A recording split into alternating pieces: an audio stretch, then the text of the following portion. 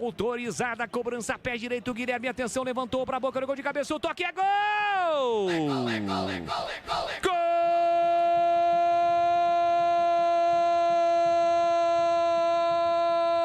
Gol do Santos!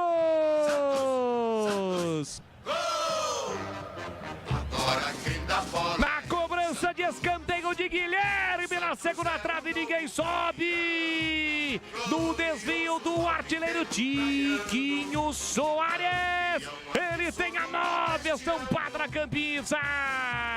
Em uma cobrança de escanteio sensacional de Guilherme!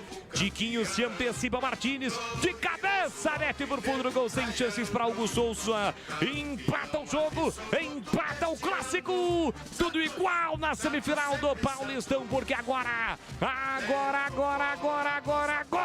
quem dá bola é o Santos. Olha lá o povão festejando, olha lá a galera vibrando, porque balançou a rede, é gol e é gol do Peixe. 38 minutos de bola rolando do primeiro tempo, só com o grito, grita comigo, nação santista, tá registrado em Itaquera, que fica calada com o gol de Tiquinho. Santos 1, Corinthians também 1. Hugo Souza não chora não, goleiro, uma bola dorme no fundo da sua rede, e o detalhe do gol, Vladimir Catarino. Jogada com dois dos principais jogadores do Santos, né? Cruzamento na medida do Guilherme, e o Tiquinho Soares se desvencilhou da marcação, conseguiu tocar de cabeça sem chances de defesa para o Hugo Souza. O Santos pressionava, martelava, chega ao empate com o Tiquinho, tudo igual na arena, 1 a 1.